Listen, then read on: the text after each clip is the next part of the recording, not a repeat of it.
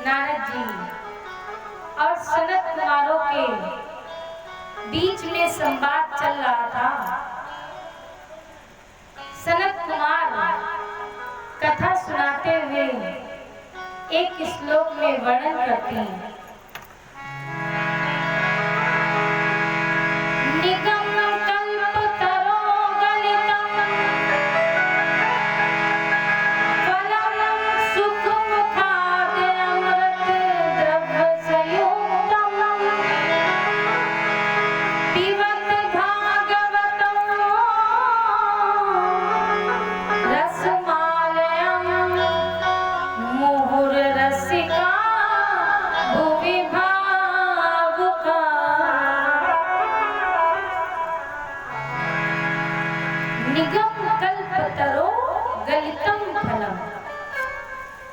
निगम कहते हैं वेद को।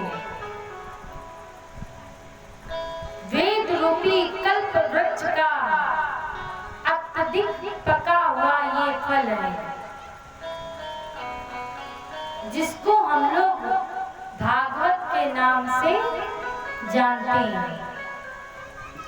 कैसा फल है? पका हुआ। और फल तो होते हैं, उनको पकाना पड़ता है, लेकिन ये ऐसा फल है कि ये स्वयं पका हुआ है। इसको पकाने की जरूरत नहीं है, ये स्वयं में पका हुआ है। और वेद रूपी कल्प वृक्ष है, क्योंकि वेदों में जो श्रुतियां हैं उनको सब लोग पढ़ नहीं सकते हैं, ना ही उनका अर्थ निकाल सकते हैं। इसलिए वेद का एक फल है जिसका नाम है श्रीमद् भागवत महापुराण। और सुखदेव जी ने अपने मुख से इस फल को चखा। एक दर्शन ले लिया।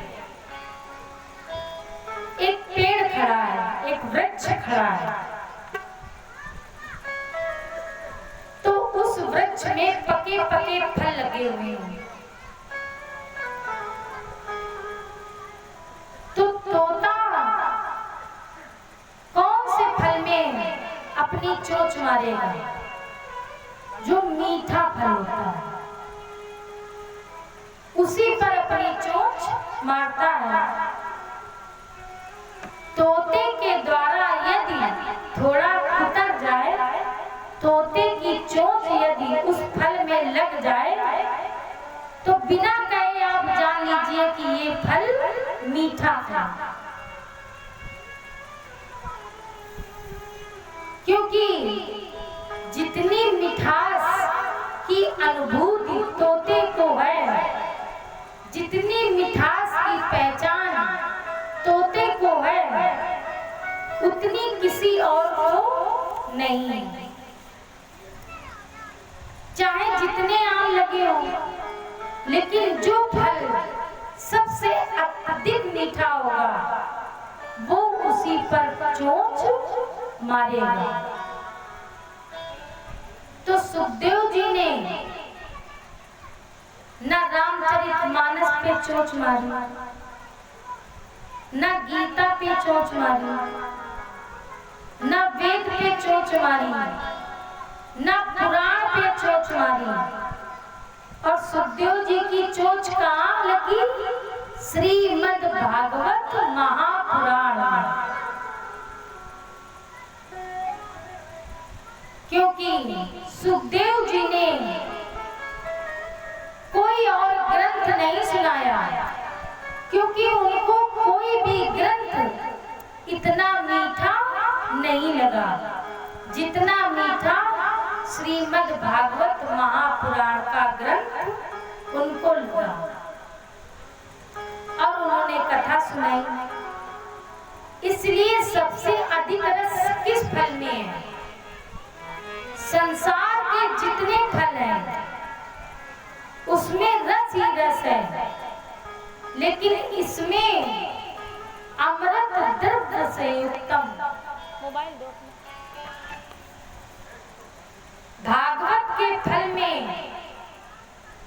रस है और इस रस में अमृत भी मिला हुआ है। ये कैसा फल है? अमृत द्रव्य संयुक्तम, द्रव्य से संयुक्त इसमें अमृत भी मिला हुआ है और रस तो है ही। और तभी तो हम लोग कहते हैं रसो वही सा, रस ब्रह्म है। रस के साथ साथ इसमें और क्या है? रस के साथ साथ इसमें अमृत भी मिला है। तो अब करना क्या होगा? अच्छा ये बताइए, फल खाया जाता है कि पिया जाता है? फल खाया जाता है, पिया थोड़ी जाता है। लेकिन जब फल में रस है, अमृत है, तो पिबत भागवतम। अब भागवत सुनने का विषय नहीं है, पिबत, क्योंकि इसमें रस है और रस को हम लोग पिएंगे। तो ये जो भागवत रूपी रस है, ये पिबत भागवतम, इसको हम लोग सुनेंगे नहीं, सुनने का विषय नहीं है। भागवत को पियो। कैसे पिए? रसमालयम,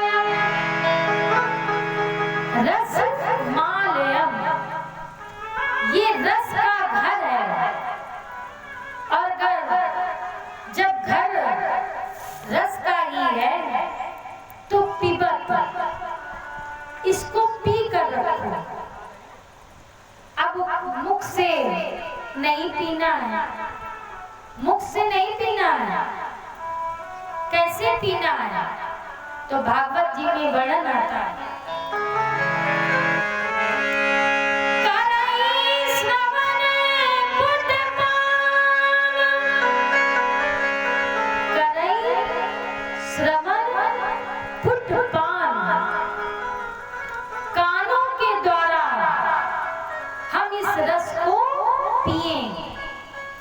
जो हमारे भगवान ने ये कान दिए हैं, इनको हम क्या समझ, क्या कर लें? इनको हम दोने बना लें और दोनों कानों को दोनों बनाकर इनको, इनमें रस डालें, भागवत रूपी रस से दोने बना करके इस अमृत का पान करें। मुहुर रहो, मुहुर रहो शब्द का अर्थ है एक बार नहीं, बार बार पिए। जहां बिना पिए मिले वहां पिए। अरे जहां कथा हो रही हो, सत्संग हो रहा हो, राम कथा हो रही हो, प्रवचन हो रहे हो, तो वहां कानों को दोने बना करके और इस रस का पान करें। क्योंकि जितना ही आप इसको पिएंगे उतना ही आनंद बढ़ेगा। मैं आपसे एक निवेदन करूंगा, करोड़ों रुपए की फिल्म बनती है, बनती है कि नहीं बनती है? और बहुत धन भी खर्च होता है। और जब फिल्म थिएटर पर आती है तो लोग देखने भी जाते हैं, पैसा भी खर्च करते हैं, लेकिन कुछ दिन चली और फिर पिट गई। तो लोग कहते हैं कि अब वो फिल्म अच्छी नहीं लगती है, वो फिल्म पिट गई है। लेकिन भागवत महापुराण की कथा, रामचरितमानस की कथा, गीता के उपदेश, क्या ये कभी उतरती है? इसको जितना भी आप इसका रस पिएंगे उतनी ही बार ये आपको नहीं लगेगी। और एक बार सत्संग करने से नहीं, जब बहुकाल किए सत्संगा, जब बहुत बार हम सत्संग करेंगे तब हमें इसका रस, इसका स्वाद और इसका आनंद मिलेगा। प्रेम से बोलिए राधे राधे। नित्य नूतन नहीं लगेगी, जितनी बार सुनेंगे तो इसमें रस बढ़ेगा। तो सुखदेव जी क्या कहते हैं? मुहुर लहो रसिका भोगी भाव,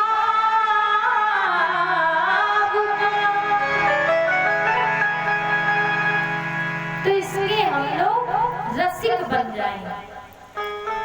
और जब रसिक बन जाएंगे तो स्वाद मिलेगा, तो बार बार मन करेगा कि हम भगवान के चरित्रों को सुने और उनके रस का स्वाद लें। अच्छा, जब हम जन्म लेते हैं, जब हमारा जन्म होता है, तो क्या हमें स्वाद का अनुभव होता है? नहीं होता है। जब हम जन्म लेते हैं तो हमें स्वाद का अनुभव होता है? कतई नहीं होता है। तो हमें स्वाद कब लगता है? जब हम कुछ बड़े हो जाते हैं। जैसे मान लीजिए कि माताएं चाउमीन बहुत खाती हैं। चाउमीन माताओं को बहुत पसंद है। किसी किसी माता को पानी के बतासे बहुत पसंद है, गोलगप्पे। और चाहे जितनी बारात में वस्तुएं बनी हो, लेकिन कह देती हैं कि देखो भाई, चाउमीन और पानी के बतासे का स्टाल जरूर बनाइएगा, ये जरूर रखिएगा, क्योंकि उनको पानी के बतासे का स्वाद उनकी जीभ को लग गया है। पता है, जिस दिन प्यारे कानों में भगवान के रस गए, उनके चरित्रों के सुनने का रस हमें मिलने लगेगा, स्वाद जब मिलने लगेगा, तो उस दिन केवल कथा नहीं मांगेंगे, हमारे मन से सबकी निंदा भी दूर हो जाएगी। किसी की निंदा और किसी की प्रशंसा के चक्कर में नहीं पड़ेंगे। ये कान सदैव भगवान की कथाओं का रसपान ही करेंगी। अच्छा, जब स्वाद आ गया तो जरा इस पर चिंतन करें, ये कैसा फल है? ये वेद रूपी कल्प वृक्ष का पका हुआ फल है। और ये फल ब्रह्मा के पास से गिरा। मान लीजिए कोई फल, एक पेड़ लगा हुआ और पेड़ से सीधे, आम के पेड़ से सीधे पका हुआ फल नीचे गिरे, तो वो सही रहेगा कि नष्ट हो जाएगा? नष्ट हो जाएगा भाई। जब पका हुआ फल नीचे गिरेगा तो नष्ट हो ही जाएगा। लेकिन ये ऐसा फल है कि सबसे पहले इस कल्प वृक्ष के फल को ब्रह्मा के पास ये फल मिला और ब्रह्मा से ये फल मृत लोक में गिरा। तब थोड़ी सी ऊंचाई से पका फल गिरे तो क्या होता है? उसका रस निकल जाता है। लेकिन ये अलौकिक फल है, इसमें ना तो छिलका है और ना ही गुठली है। और फल में दोनों की उपयोगिता है। भाई गुठली भी होनी चाहिए और छिलका भी होना चाहिए। संसार के फल में छिलका भी होता है और गुठली भी होती है। छिलका क्या करता है? छिलका रस को रोकने का कार्य करता है। क्यों करता है रस रोकने का कार्य? क्योंकि उसमें जो गुठली होती है तो ये बीज है। इस गुठली के द्वारा, बीज के द्वारा दूसरे फल की उत्पत्ति होती है, दूसरे वृक्ष को जन्म देती है। सावधानी से सुनिए, भागवत एक ऐसा फल है जिसमें न गुठली है और ना ही छिलका है।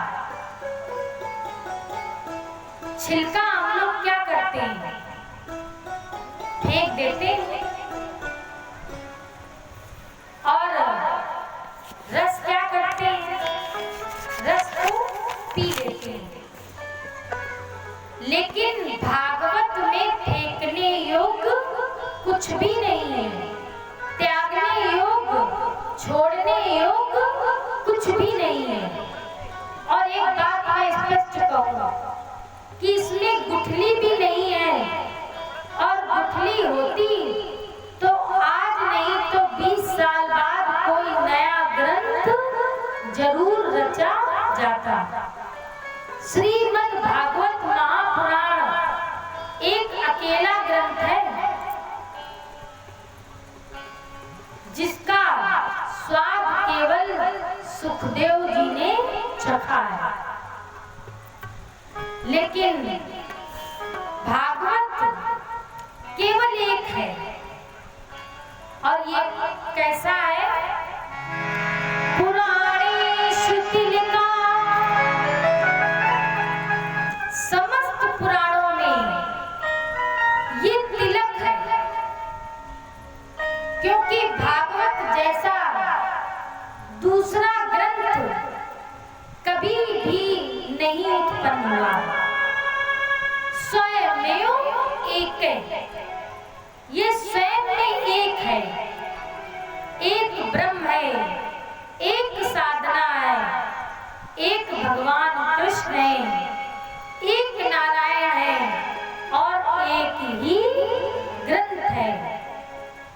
इसको कहते हैं श्रीमद् भागवत महापुराण। और चिंतन कर लिया, ब्रह्मलोक से ये फल गिरा। कहां से ये फल गिरा? ब्रह्मलोक से। जब ये ब्रह्मलोक से नीचे गिरा तो फटेगा कि बचेगा? फट जाएगा भाई। पेड़ से कोई फल गिरे तो वो तो फट जाता है, फिर ब्रह्मलोक से फल गिरे तो वो तो फट ही जाएगा। लेकिन ये फल, इसमें कोई विकार नहीं है। क्योंकि सबसे पहले आदि नारायण ने भागवत का ज्ञान ब्रह्मा जी को दिया। आदि नारायण ने भागवत का ज्ञान ब्रह्मा जी को दिया। और कहाँ दिया? हृदय में। और ब्रह्मा के 4 मुख थे। 4 मुख थे, इसलिए 4 श्लोक ब्रह्मा जी ने अपने मुख से निकाले।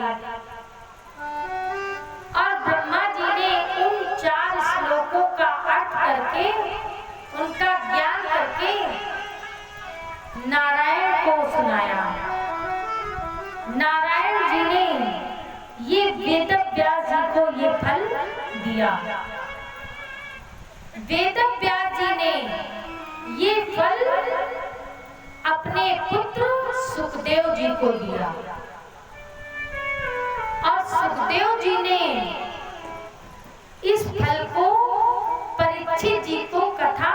सुनाई। और इसके बाद ये फल कहाँ गया? ये फल मृत लोक में आ गया। तो अगर सीधे फल गिरता, सीधे आता, तो हो सकता है कि हम लोग के लिए ये फल प्राप्त नहीं होता। लेकिन शाखा प्रति शाखा, पहले नारायण ने ब्रह्मा को दिया, फिर ब्रह्मा जी ने नारद जी को दिया, नारद जी ने वेदव्यास जी को दिया, वेदव्यास जी ने अपने पुत्र सुखदेव जी को दिया, और सुखदेव जी ने राजा परीक्षित जी को ये कथा सुनाई। तब ये कथा मृत लोक में आई। और आज भी ये परंपरा नित्य चल रही है।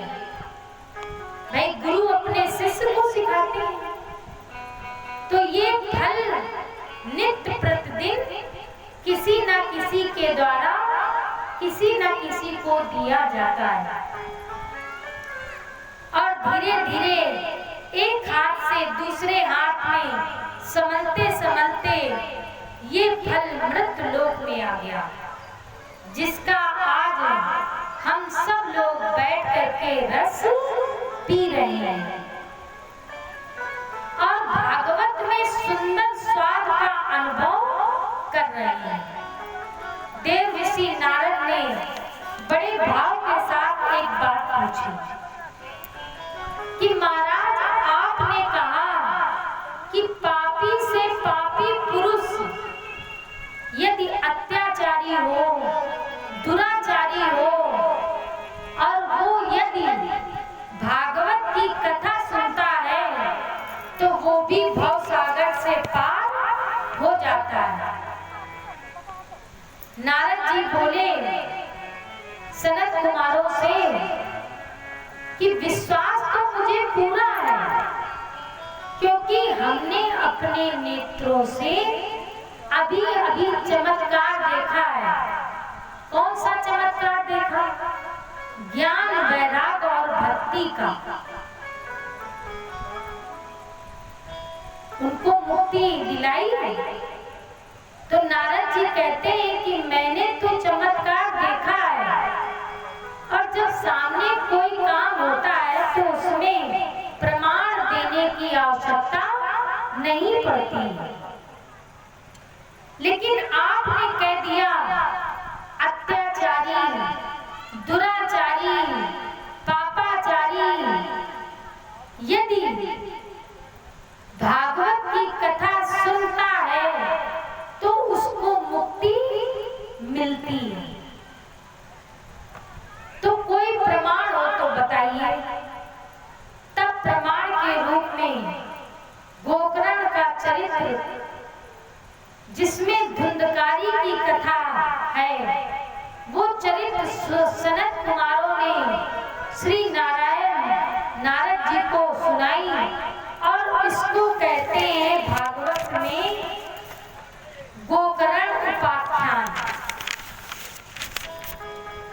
धुंधकारी प्रेत योनि में था, लेकिन भागवत सुन करके भव सागर से पार हो गया।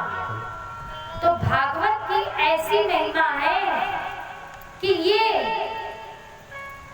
प्रेत पीड़ा विनाशिनी, प्रेत पीड़ा विनाशिनी, जिनको भूत प्रेत आते हैं, यदि वह भागवत की कथा 7 दिन लगातार सुनते हैं तो उनके ऊपर से भूत प्रेत उतर जाते हैं। प्रेम से बोलिए राधे राधे। आइए गोकर्ण उपाख्यान को हम लोग श्रवण करें। उसके पूर्व 2 पल हरि नाम का संकीर्तन, और इसके बाद गोकर्ण उपाख्यान से अपने मन को जोड़ें।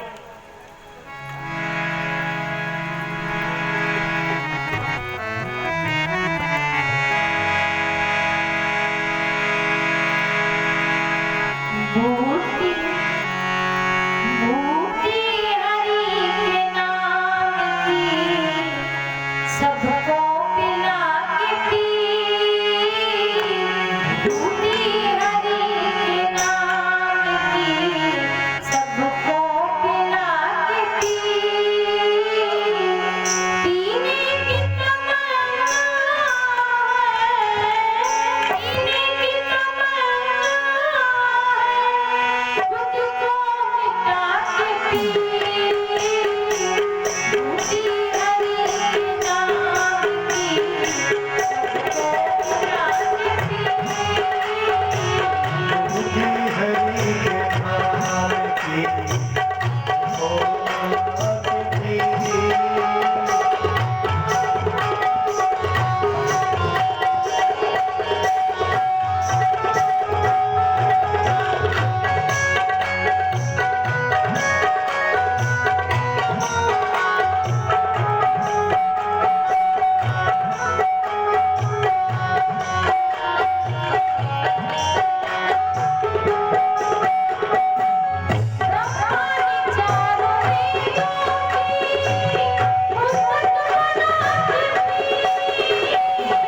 ब्रह्मा ने चारों वेदों की पुस्तक बना के दी।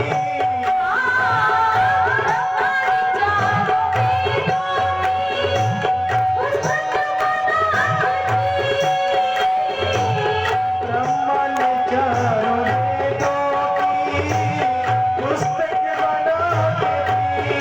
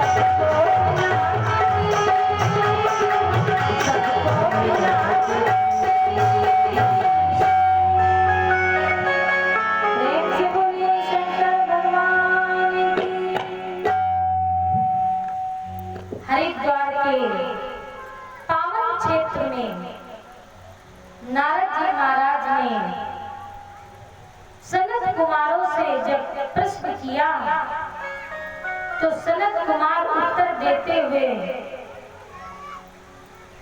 देव ऋषि से बोले कि तुंगभद्रा नदी के किनारे अनुपम नगर नामक एक पवित्र स्थान है। दो प्रकार का अर्थ है भागवत में। एक तो भागवत पूरी शरीर पर गठित है, एक तो भागवत पूरी हमारे शरीर पर है और दूसरी सामान। तो भागवत में शरीर पर जो भागवत घटित है तो एक पिंड में है और दूसरी ब्रह्मांड में है। तुंगभद्रा नदी और इसके किनारे क्या है? एक नगर जिसको कहते हैं अनुपम नगर। अब इसको अपने शरीर पर घटित कीजिए।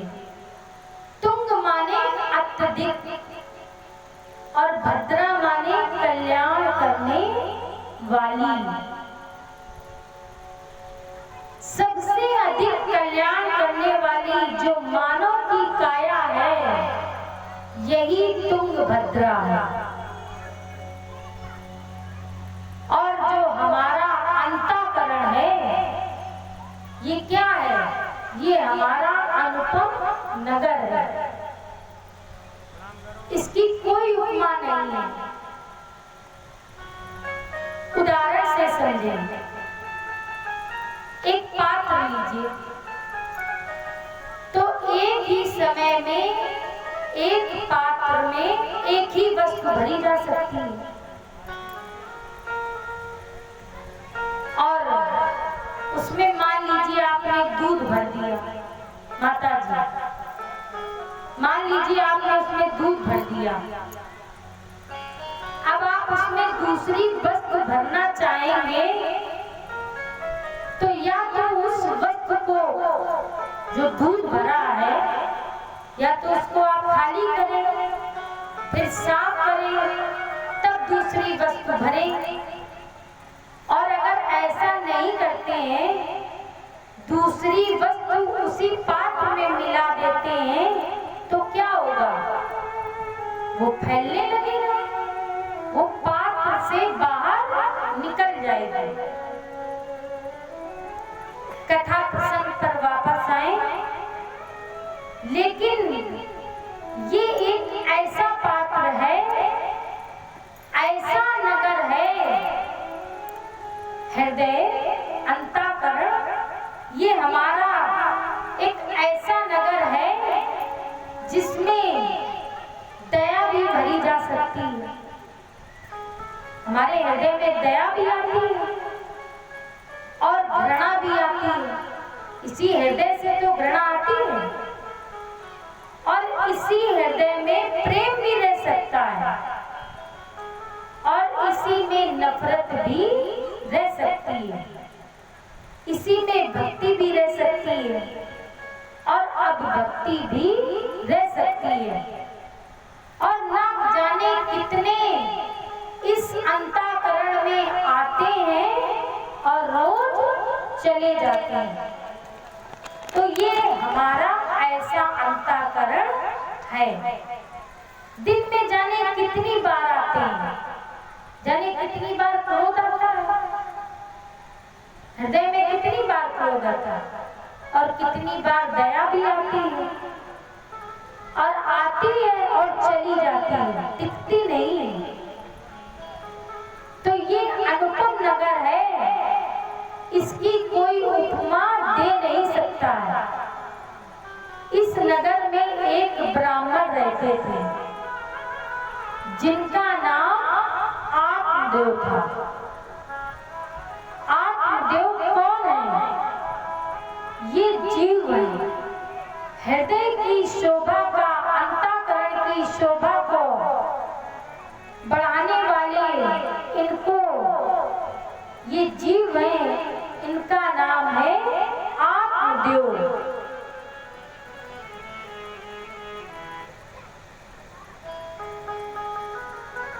इनकी ये बुद्धि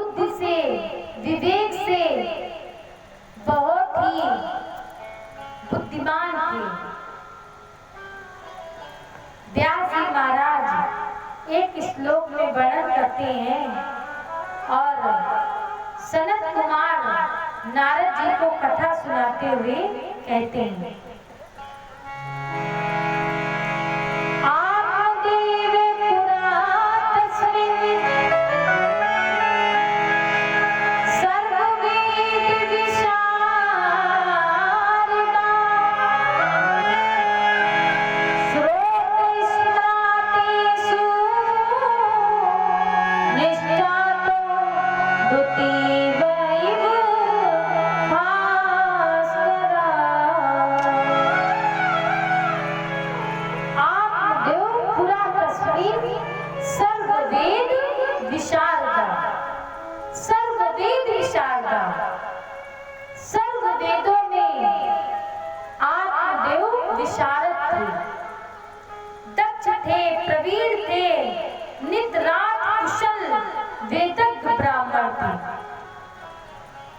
जिनका नाम था आत्मदेव। तस्मिन पुरे,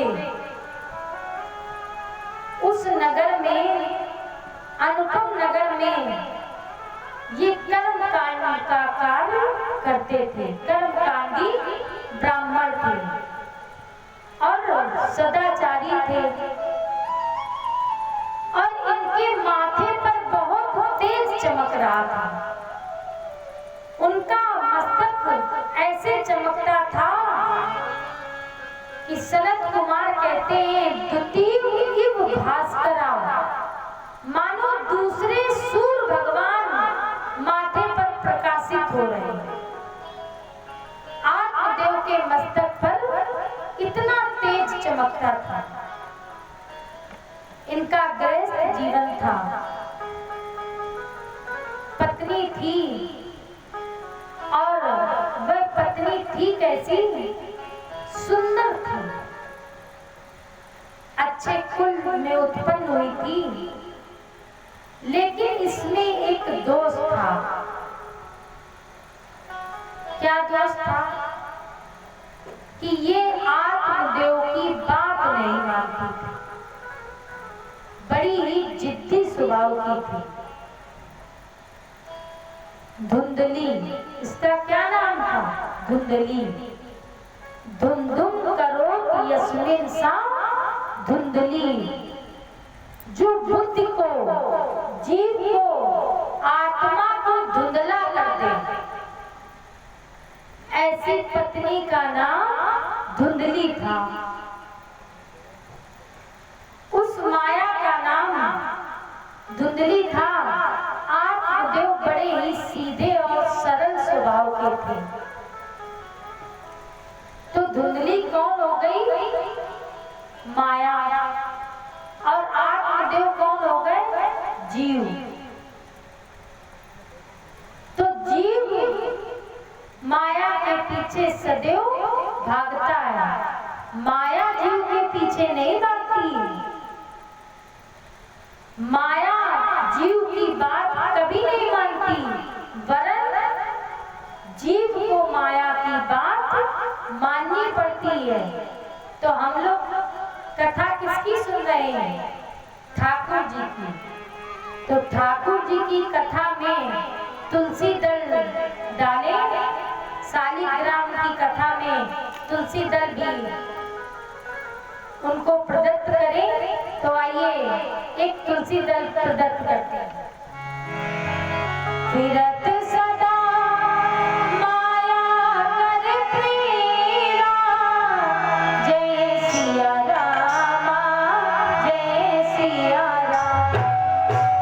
फिरत सदा माया कर प्रेरा, जय सिया रामा, जय सिया राम। फिरत सदा माया कर प्रेरा, जय सिया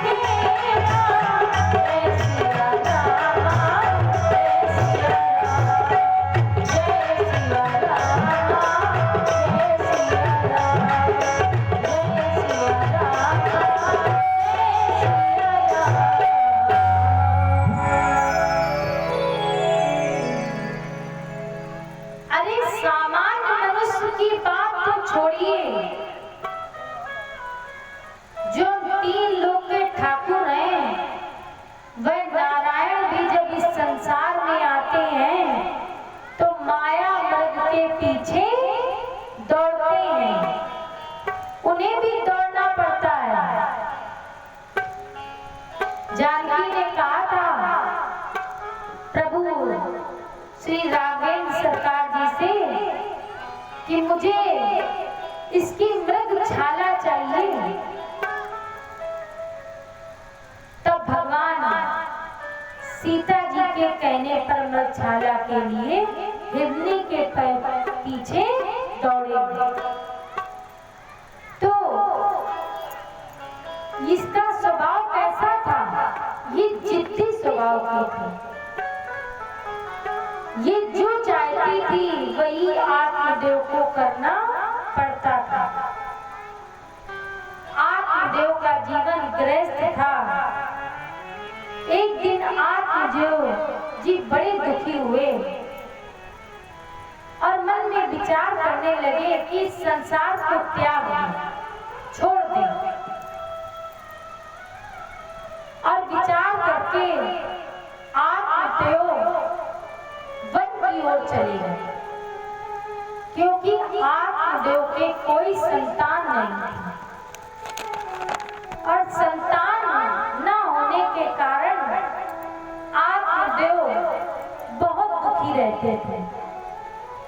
भाई, जिस घर में बालक के रोने की किलकारियां न सुनाई पड़े वह घर क्या घर होता है?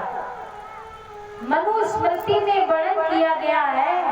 महाराज मनु कहते हैं कि जिस घर में ब्राह्मण के चरण न धोए जाए और बालक के रोने की आवाज न सुनाई पड़े तो वह घर कितना भी सुंदर हो, लेकिन उसको शमशान तुल्य समझना चाहिए। आत्मदेव के कोई संतान नहीं थी। महाराज आत्मदेव वन की ओर आ गए। जब वन की ओर आए तो वन में आत्मदेव की भेंट एक संत से हुई।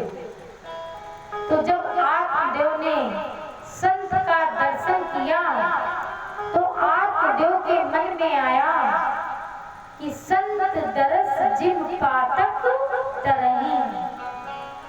यदि मुझे संत का दर्शन मिला है तो मेरे कष्टों का निवारण अब जरूर होगा, अब मेरे दुख जरूर दूर होंगे, क्योंकि संत और अनंत की भेंट तभी होती है जब प्रभु की कृपा होती है।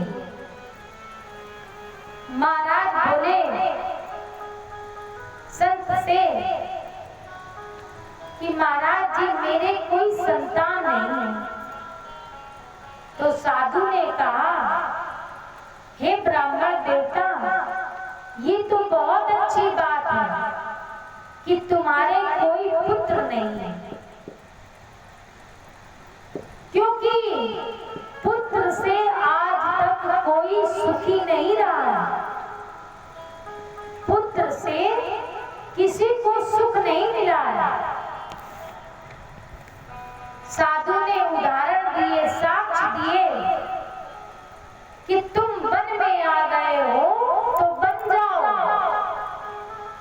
अब घर जाने की जरूरत नहीं है, यहीं पे दीक्षा ले लो और भगवान का भजन करो।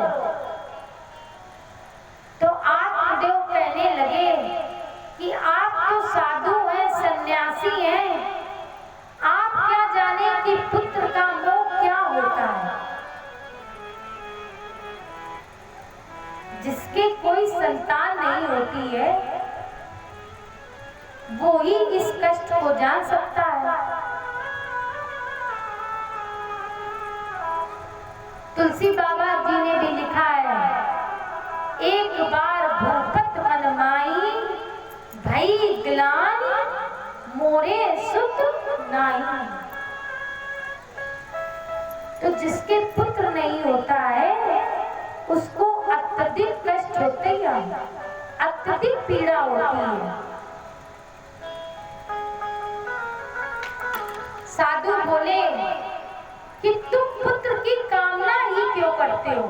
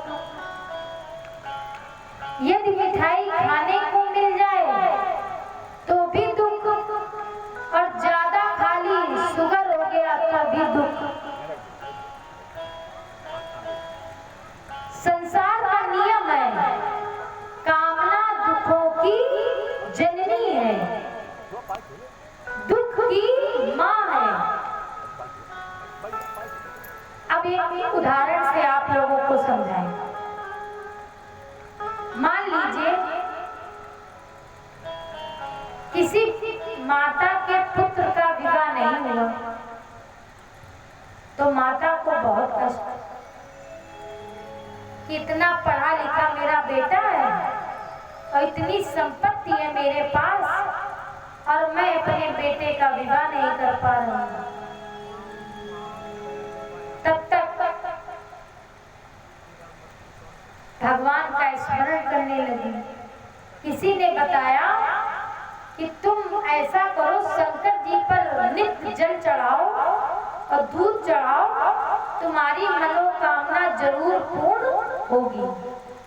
माता जी ने 16 सोमवार का व्रत किया और प्रतिदिन भोले बाबा पर दूध चढ़ाया तो भोले बाबा प्रसन्न होकर के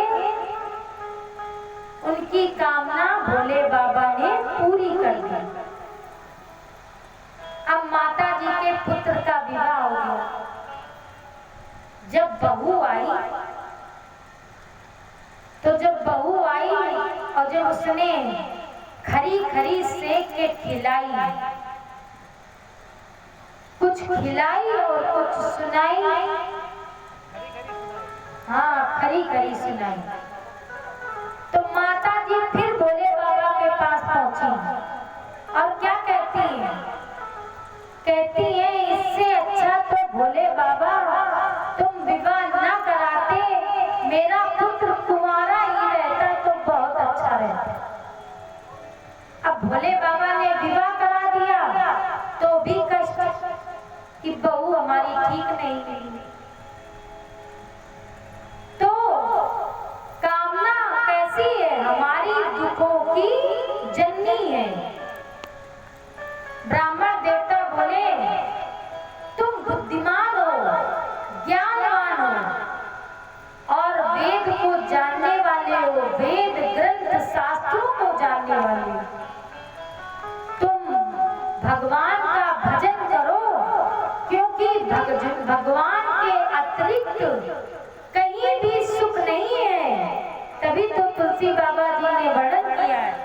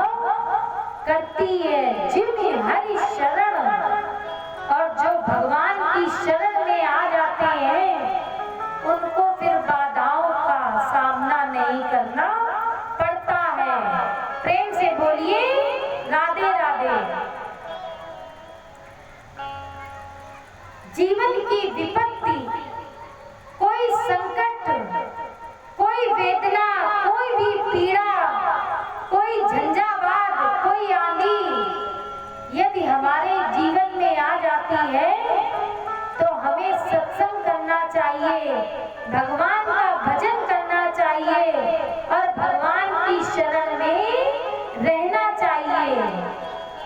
तो हमें इस झंझावात में फंसना नहीं पड़ेगा। जिमि हरि शरण न एको बड़ा। हे ब्राह्मण देवता तुम भजन करो। जब साधु ने ऐसा कहा तो ब्राह्मण देवता रोने लगे और बोले महाराज मेरा तो गृहस्थ जीवन है, तुम साधु सन्यासी हो, तुम गृहस्थ जीवन को क्या जानते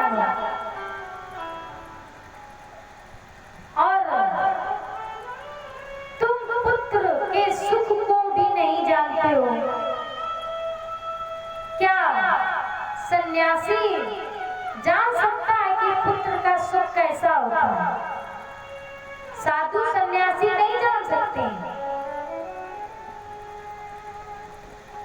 साधु ने एक उदाहरण दिया और राजा चित्रकेतु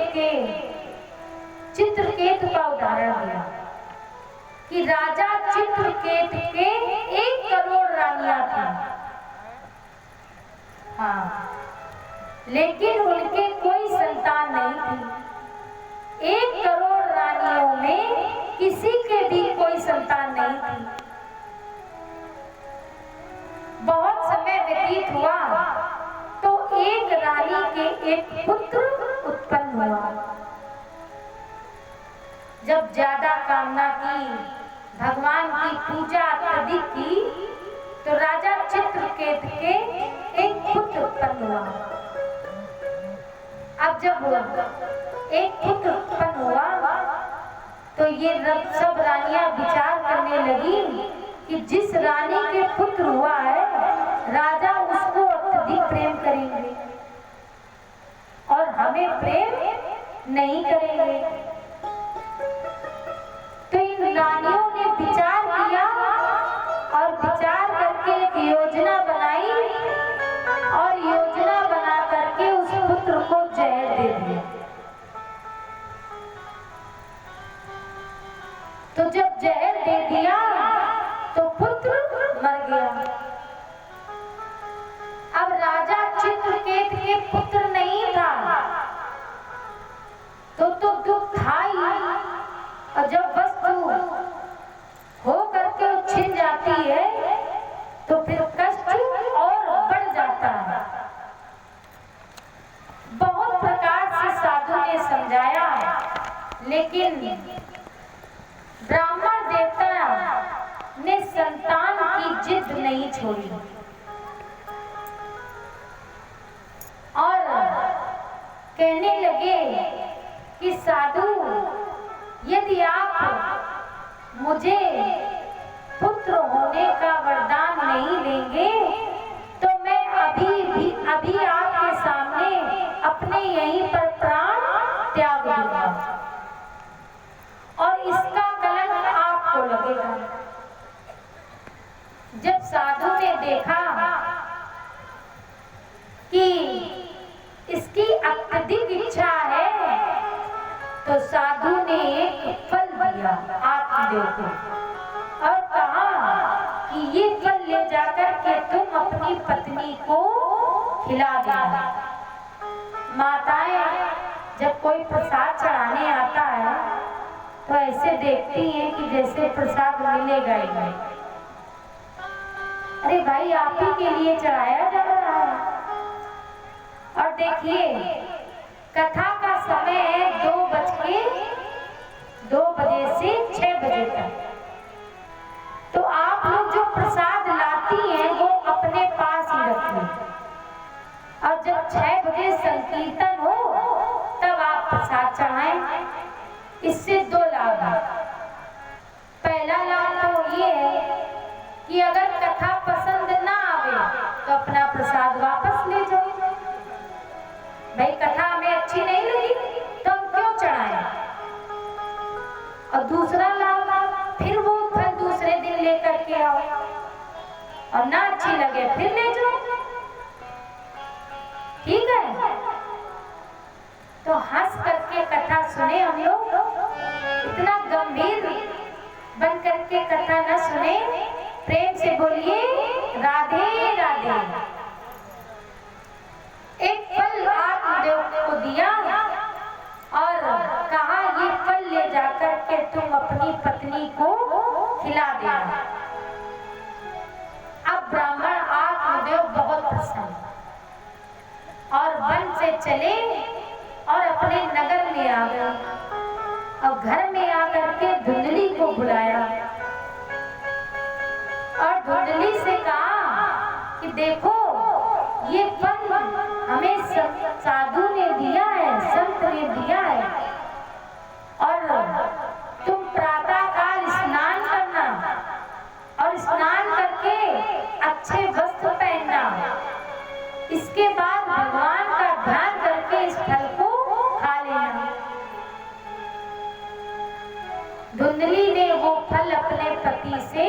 ले लिया। और जब फल आत्मदेव ने दे दिया तो धुंधली के पास उसकी सखियां खड़ी थी और कुछ बहनें भी बैठी थी। इसमें दो प्रकार का अर्थ चल रहा है। बहनें बैठी थी और उसकी सखियां भी बैठी थी। अब जब दुर्बुद्धि मतलब माया की सखियों को तो जानती हैं, माया का परिवार आप लोग जानते हैं। माया का परिवार कौन है? मोना अंध कील की के ही। उत्तरकांड में रामचरितमानस में वर्णन आता है। परिवार एक सदस्य है। काम, क्रोध, मोह, लोभ, ईर्ष्या, द्वेष, जलन, अहंकार, तृष्णा, ये सब माया के परिवार हैं। तो ये सब बैठी थी तो ये सब कहने लगी कि यदि तुमने ये फल खा लिया और मान लो रात्रि में आग लग गई तो तुम गर्भ धारण करे होगी, तो तुम कैसे भाग पाओगे? समझाने वाले भी लोग मिल जाते हैं ना। तो धुंधली बोली हाँ ये बात तो सही है। और मान लो तुम्हारी ननद आ गई। ननद का अर्थ आप लोग जानते हैं क्या होता है?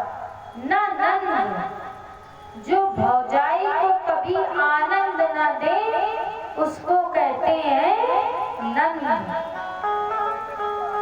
मान लो ननद आ गई और तुम सूतिका गृह में रहे और उसने तुम्हारे घर का पूरा माल साफ कर दिया, तब क्या करोगे?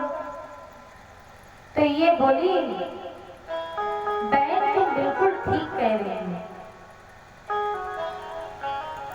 तो ये उपाय पूछती है। तो उपाय बताया कि कहीं फल से भी संतानें मिलती हैं और यदि फल से संतानें मिलती हैं तो इसकी परीक्षा ले ली जाए। अरे भाई गौ माँ भी तो अपनी बांझ है और फल ये उसको खिला दिया जाएगा। तो यदि फल से संतान प्राप्त होनी होगी तो गौ से संतान हमें प्राप्त हो जाएगी। आपस में ये योजना बन गई। फल गौ माँ को दे दिया गया और बहन बोली कि जब पति तुम्हारे पूछे तो तुम बता देना मैं गर्भवती हूँ। और गर्भवती हूँ इसलिए मुझे लज्जा आती है, शर्म आती है, इसलिए मैं अब घर से बाहर नहीं निकलूंगी। और बहन बोली कि जो अब की बार मेरे संतान हो तो तुम उसको ले लेना और थोड़ा सा धन मेरे पति को दे देना। तो ये जब दूसरी बात बताई कि फिर ये बात आत्मदेव भी नहीं जान पाएंगे। तो कन्या विकर्णो लोभात, कन्या किसके कारण बेची जा रही है? लोभात, धन के कारण। भाई इसने कहा कि तुम मेरा पुत्र मंगवा लेना और कुछ हमें धन दे देना। सनत कुमार देव ऋषियों को कथा सुनाते हुए बोले वह समय आ गया और धुंधली की बहन ने एक पुत्र को जन्म दिया। धुंधली ने वह पुत्र रात्रि के अंधेरे में मंगवा लिया। प्रातः काल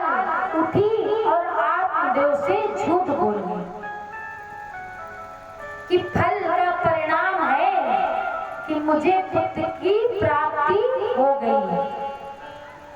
आत्मदेव बड़े प्रसन्न हुए। धुंधली थोड़ी देर बाद बोली कि पुत्र तो पैदा हुआ है, लेकिन ये बालक जिंदा नहीं रहेगा, ये बालक मर जाएगा। बोले क्यों मर जाएगा? तो धुंधली कहती है कि मेरे स्तनों में दूध नहीं है, और यदि बालक को दूध नहीं मिला तो ये तो दूध के बिना मर जाएगा। अब देखिए, इस श्लोक में हम लोगों ने सुना था सर्ववेद विशारदा। आत्मदेव कैसे थे? सर्ववेद विशारदा, सर्व वेदों के पुराणों के ज्ञाता थे, लेकिन पुत्र के मोह के कारण ये भी न जान पाए, ये भी न सोच पाए कि परमात्मा दूध बाद में देता है और दूध की व्यवस्था पहले करता है। धुंधली का बेटा होता तो व्यवस्था होती, लेकिन ये तो चोरी से मंगवाया गया। तो ये बोली अपने पति से कि बेटा तो पल जाएगा, लेकिन मेरा पुत्र पल जाएगा। यदि आपकी आज्ञा हो तो मेरे बहन के संतान हुई थी जो भगवान को प्राप्त हो गई, और यदि आप आदेश दें तो मैं उसको बुलवा लूं और जिससे दूध उसका और पूत मेरा पल जाएगा। अब आत्मदेव पुत्र के मोह में इतने अंधे थे कि इन्होंने धुंधली की आज्ञा को मान लिया। नारद जी को कथा सुनाते हुए सनत कुमार बोले कि 3 महीने का समय और व्यतीत हुआ तो गौ माता ने भी एक सुंदर आभा से संपूर्ण देवताओं की आकृति की तरह एक गोकर्ण को जन्म दिया, बछड़े को जन्म दिया। अब तो आत्मदेव बहुत प्रसन्न हुए। क्यों प्रसन्न हुए? अभी तक तो एक पुत्र नहीं था, अब 2 पुत्र हो गए। अब तो आत्मदेव की खुशी का कोई ठिकाना नहीं रहा। आचार्यों को बुलवाया और नामकरण का संस्कार आया। अब ये व्यवस्था कलयुग में खत्म हो गई। अब नामकरण के लिए आचार्यों को नहीं बुलवाया जाता, अब माताएं स्वयं ही नाम रख लेती हैं, क्योंकि टीवी के माध्यम से इतने नाम चले हैं कि उन्हीं में देख करके अपना स्मॉल नेम रख लेती हैं। और पहले के नाम थे राम दुलारी, राजलक्ष्मी, राजेश्वरी, विंदेश्वरी, श्री नारायण, लक्ष्मीकांत, उमाकांत, रमाकांत, बजरंग दास, केदारनाथ, रामदास। पहले के नाम भगवान के नाम से मिलता जुलता रखा जाता था। क्यों रखा जाता था? तो अजामिल का आप श्रीमद् भागवत महापुराण की कथा में सुनेंगे कि अजामिल ने अपने सबसे छोटे पुत्र का नाम नारायण रखा, तो वो भव सागर से पार हुआ। उसको यमराज नहीं लेने आए, उसको नारायण के दूत लेने आए थे। इसलिए पहले के लोग भगवान से मिलता जुलता नाम रखते थे। अब बूढ़ी माताएं कि बहू ऐसा करो कि बिटिया हुई है तो इसका नाम राधा रख लो। तो तुरंत कहेंगे राधा ये भी कोई नाम है? अरे सोना रखो।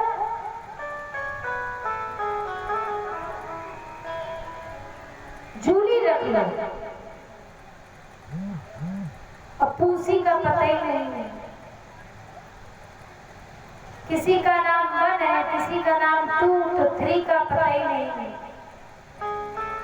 तो पहले के नाम भगवान के नाम के साथ रखे जाते थे। तो कथा से एक शिक्षा हमें ये भी लेनी चाहिए, करें श्रवण पुट पान। तो हम रस काय से पी रहे हैं? कानों के द्वारा। तो कानों में इसको भी पिए कि अपने बच्चों का नामकरण हमें आचार्यों द्वारा कराना चाहिए और भगवान से मिलता जुलता नाम रखना चाहिए। यदि हम भगवान से मिलता जुलता नाम रखेंगे तो हमें 2 लाभ होंगे। एक तो जब नाम बुलाएंगे तो भगवान का नाम निकलेगा मुख से। तो कई बार हम भगवान का नाम इसी बहाने से ले लेंगे, किसी भी बहाने से लें, लेकिन प्रभु का नाम जरूर लेना चाहिए। प्रेम से बोलो राधे राधे। तो आचार्यों ने नामकरण किया।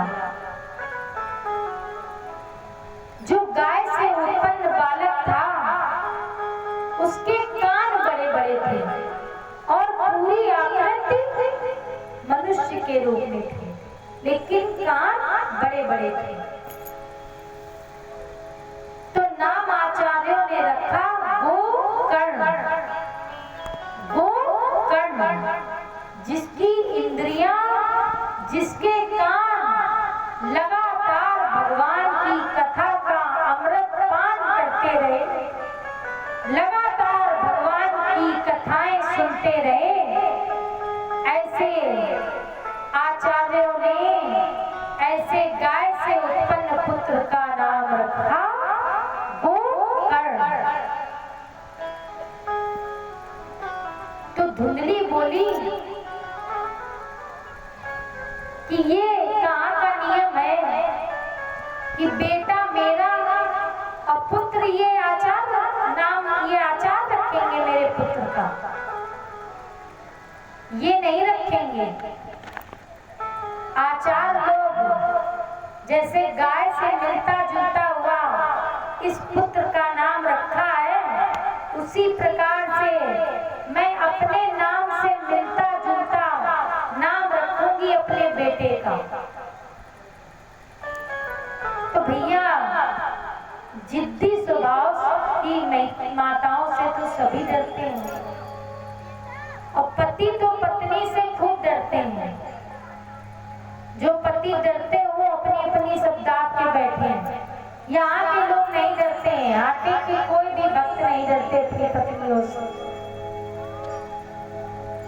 अभी जहाँ कथा कह करके आए हैं वहाँ के लोग बहुत डरते हैं। ब्राह्मण आत्मदेव पहले ही डरते थे, तो इसने नाम रखा। बोली देवी ठीक है तुम ही रख लो। तो धुंधली बोली कि मेरा नाम है धुंधली और मेरे पुत्र का नाम है धुंधकारी। परिभाषा है धुम धुम करो यस्मिन् सा धुंधकारी। जो धर्म के कर्म को ढके वह धुंधकारी है। व्यास भगवान ने एक श्लोक में दोनों लोगों की चर्चा की है, आइए श्रवण करते हैं।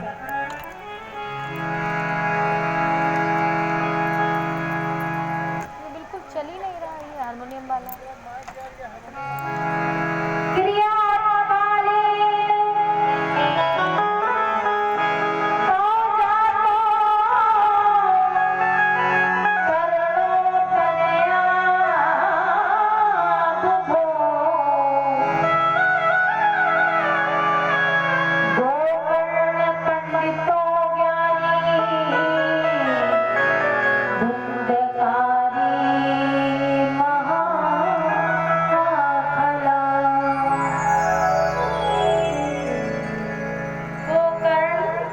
पंडित ज्ञानी। गोकर्ण पंडित हैं। पंडित शब्द का अर्थ जाति से नहीं है।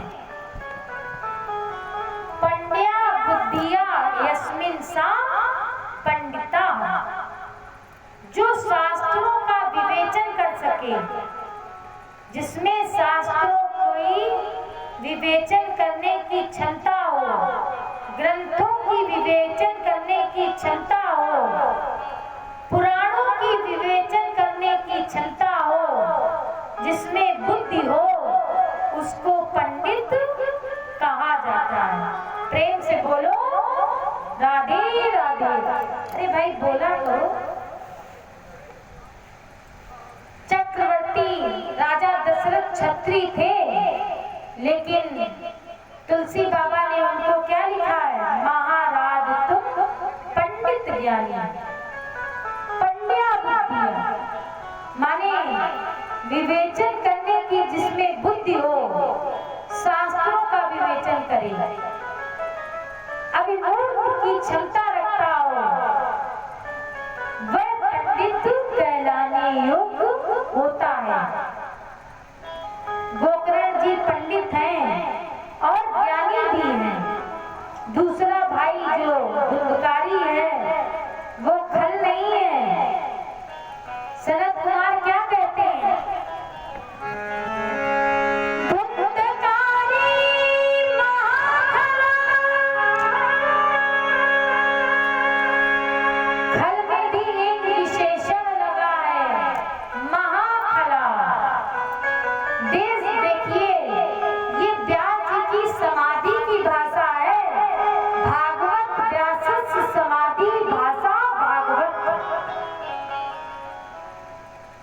समाधि में जो भाषा है वह समाधि की भाषा सामान्य भाषा नहीं होती है, ब्रह्म चिंतन की भाषा होती है।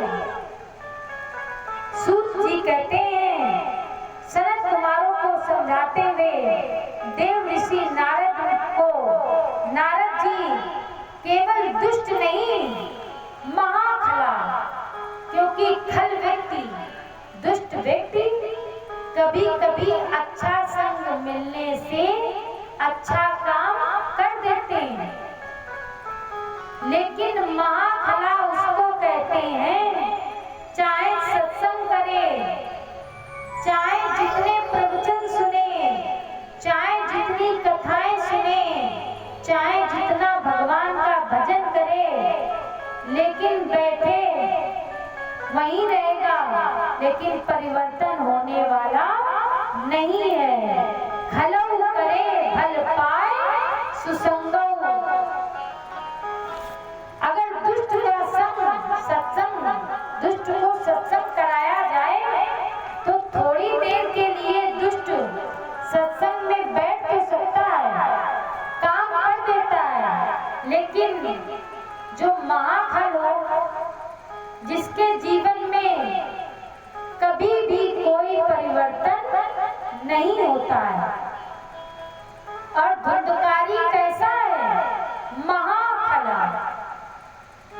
और ये जन देसी है, दूसरे की उन्नति को देख करके ईर्ष्या करता है, भीतर भीतर अपने गुणों को और अवगुणों को जांचे हम लोग कि हममें गोकर्ण के लक्षण है कि हममें धुंधकारी के लक्षण है। भाई अंदर अंदर हम लोग जांचे कि हमारा स्वभाव कैसा है, धुंधकारी वाला या गोकर्ण वाला।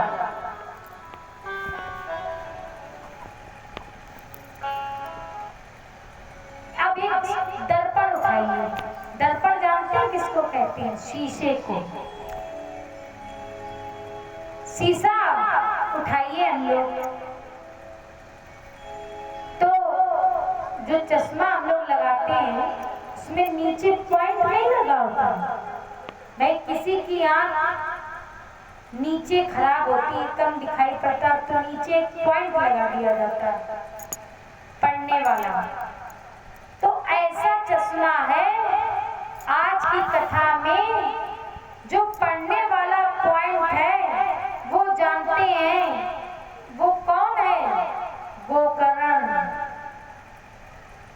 तो हम लोग गोकर्ण वाला चश्मा लगाए और अपने जीवन को जांचिए कि हम में गोकर्ण के आचरण है या धुंधकारी के। क्यों जोड़ा भैया, प्रेम से बोलिए।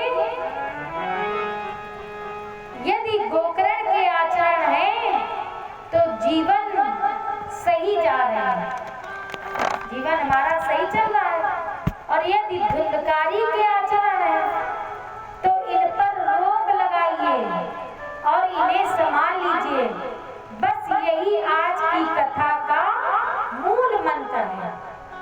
धुंधकारी चोरी करता था, ईर्ष्या करता था, दूसरे की प्रगति देख करके जलता था, बाल कान भरकान धत्वा बच्चों को पकड़ता था और गड्ढे में डाल देता था।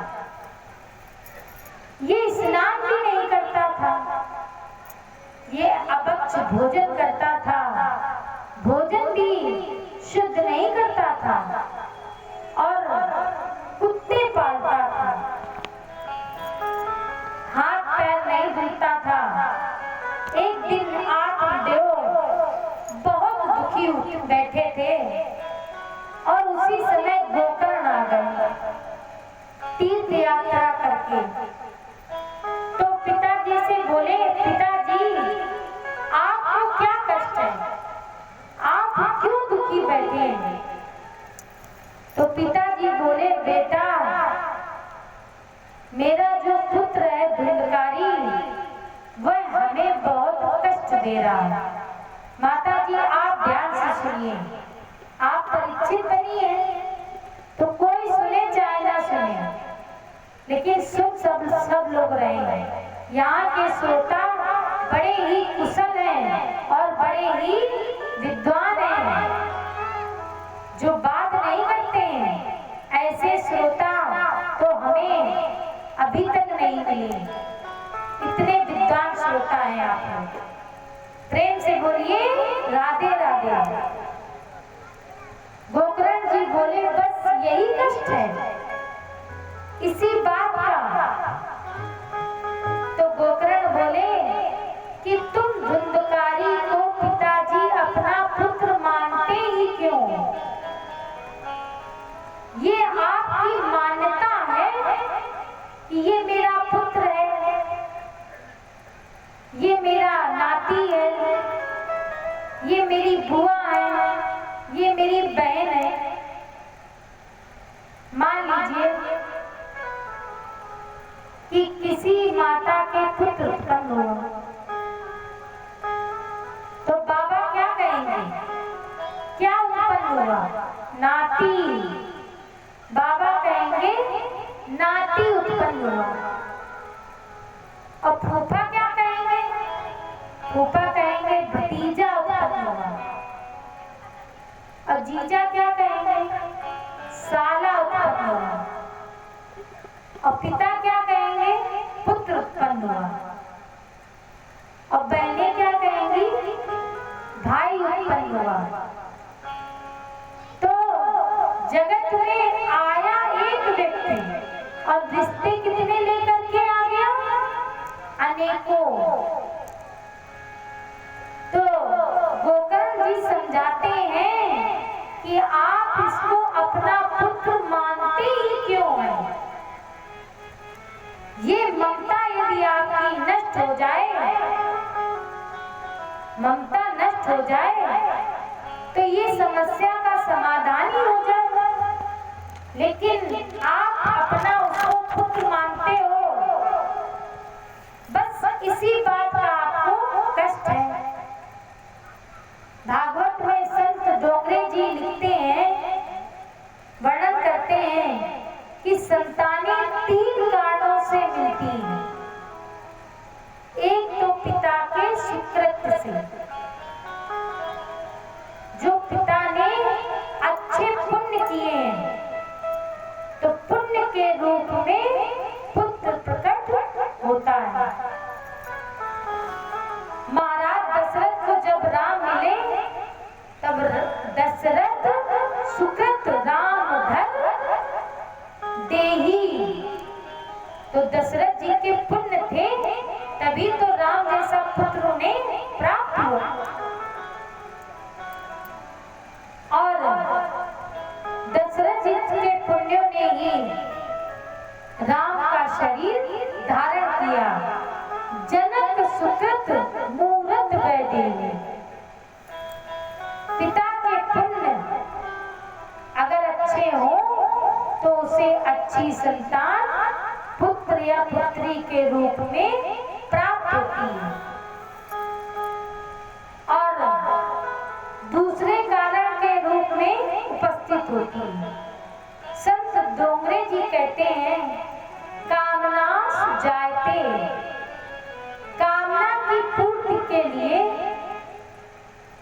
दूसरा पुत्र, अपनी कामना की पूर्ति के लिए जो कुछ पूर्व जन्म में वो पूरा नहीं कर पाए, वो इस जन्म में पूर्ण करने के लिए पुत्र बन करके आए।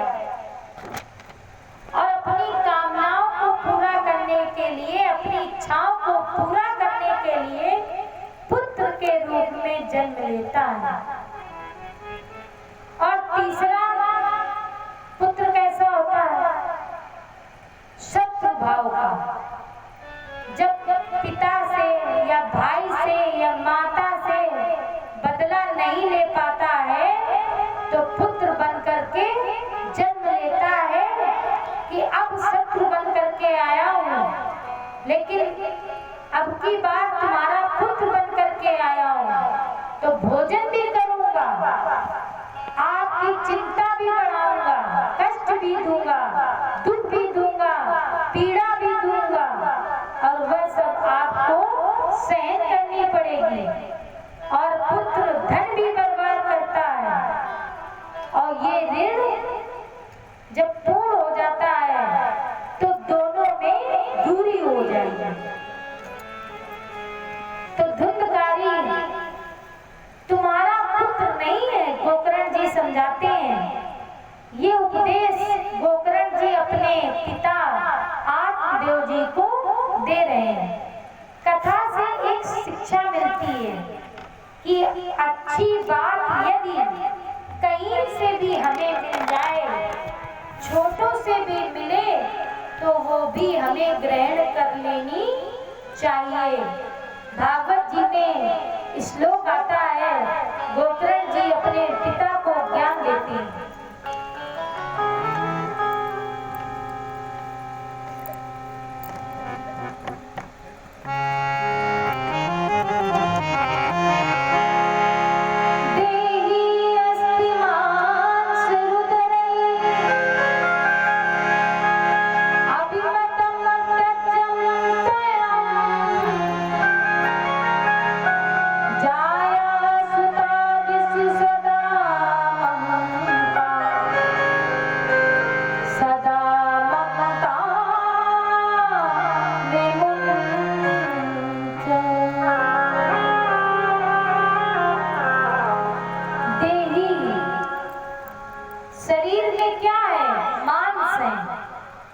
हड्डियां हैं और मांस है। शरीर भी काहे का बना है? मांस का बना है और हड्डियों का बना है। और शरीर में क्या है? रक्त है, मज्जा है और खून भी है। और इसी शरीर को हम अपना परिवार मान बैठे हैं। जाया पत्नी सुत पुत्र अभिमतम, ये अभिमतम, ये अज्ञानी है। जीव का संबंध केवल परमात्मा से है, लेकिन ये तो अभिमतम, ये जो अज्ञान है, पिताजी त्यज त्वम, त्यज माने त्याग दो, तम माने तुम, आप इसको त्याग दीजिए। पश्या निगम जगिदम क्षण भंग निष्ठम, इदम जगत, ये जो संसार है ये क्षण भंगुर है। संसार शब्द का अर्थ है जो मृत्यु की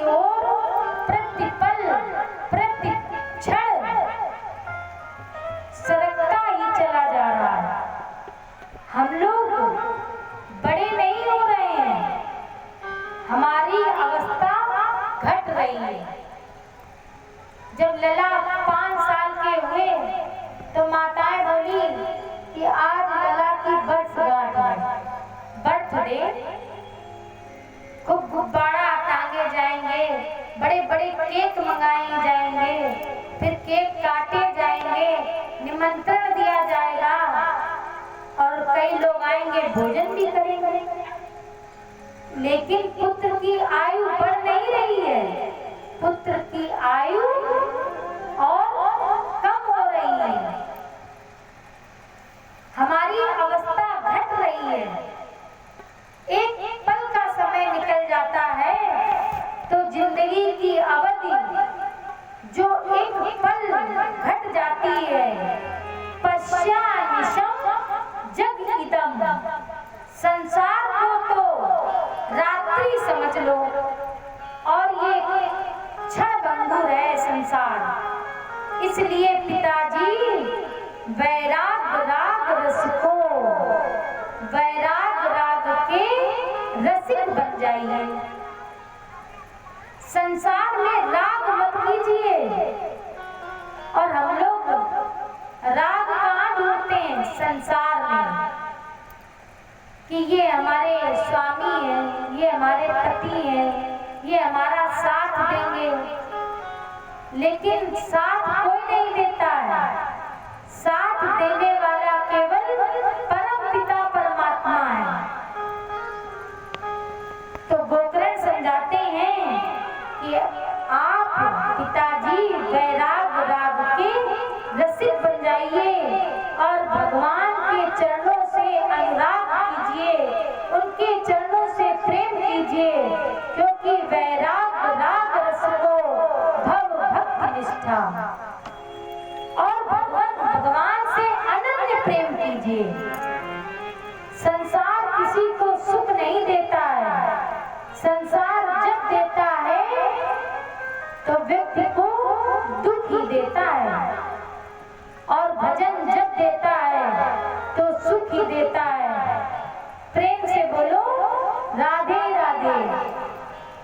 पश्चानिशम जग इदम क्षण भंग निष्ठम। आज पुत्र अपने पिता को उपदेश कर रहा है और आत्मदेव को गोकर्ण की बात समझ में आई। गोकर्ण के उपदेश आत्म जी के समझ में आए। आत्मदेव वन की ओर चले गए। अब जो धुंधली थी, इसको अपने पुत्र से अत्यधिक मोह था, तो धुंधली को ये रोज मारता था, पीटता था और माता से कहता था कि मुझे धन लाओ। इसने सारा धन बर्बाद कर दिया। तो एक दिन इसने अपनी माता को मार दिया। माता के मुख में अंगारों का प्रवेश करा दिया और माता को कुएं में फेंक दिया, धक्का दे दिया। माता की मृत्यु हो गई। तदोपरांत इसने 5 वेश्याएं पाल रखी थी। अब जब इसके पास धन नहीं बचा तो ये चोरी करने लगा। तो इन वेश्याओं ने सोचा कि ऐसा ना हो कि ये चोरी करता है तो इसके कारण हम लोग भी पकड़े जाएं। तो 5 वेश्याओं ने एक दिन इसको कस करके चारपाई से बांधा और 5 ने जलते हुए अंगारे इसके मुख में प्रवेश कराए और इसको धक्का दिया। तो ये धुंधकारी समाप्त हो गया, गोविंदाय नमो नमः हो गया। अब ये धुंधकारी प्रेत योनि में गया। प्रेत योनि में गया।